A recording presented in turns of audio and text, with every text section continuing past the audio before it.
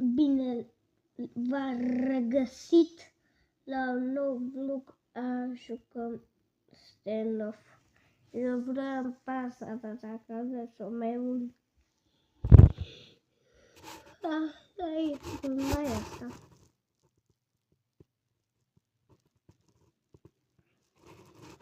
Acum mă bag în albastru.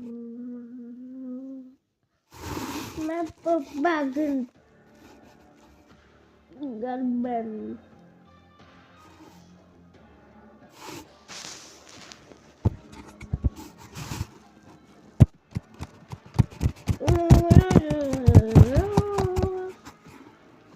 Gata, uite că era albastru, bine că era.